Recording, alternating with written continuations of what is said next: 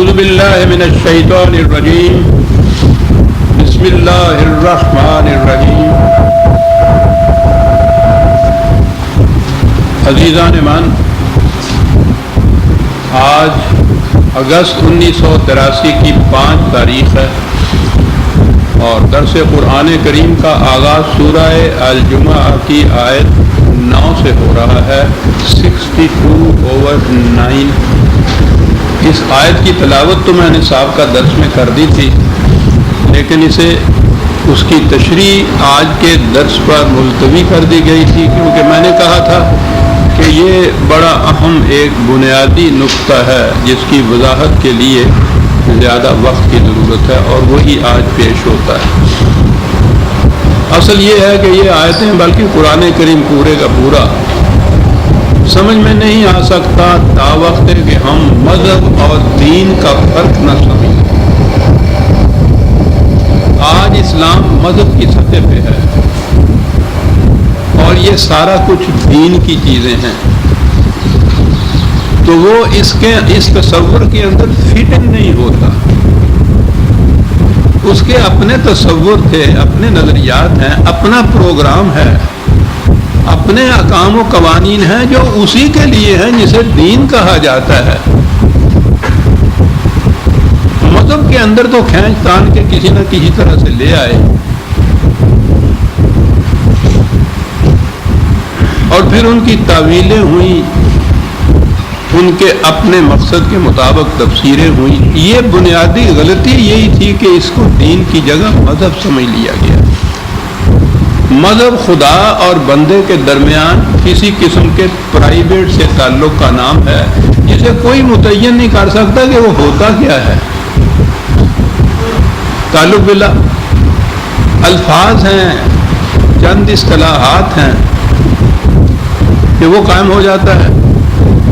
اس کے قائم ہونے کا ذریعہ پرستش، عبادت کا یہ ترجمہ ہوا پرستش، بندگی، بھکتی، ورشپ، ہر مذہب میں ہے یہ۔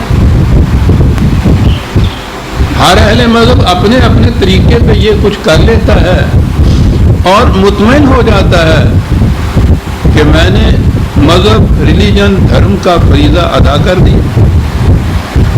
اب اس کے لیے یہ کہ صاحب اس سے ہوتا کیا ہے،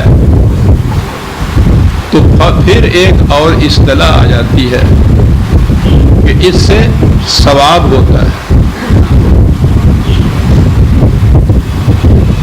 تنہا نماز پڑھی تو اس کا کم ثواب ہوا،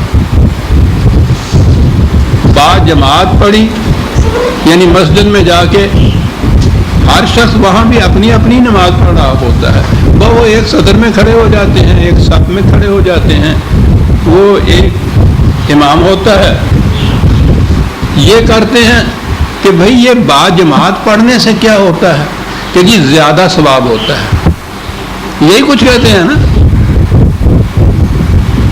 اس کے بعد یہ کہ جی پھر 8ویں دن ایک جمعے کی نماز ہوتی ہے، وہ بڑی با جماعت ہوتی ہے، بھئی اس میں شمولیت سے کیا ہوتا ہے کہ اس سے بھی زیادہ ثواب ہوتا ہے۔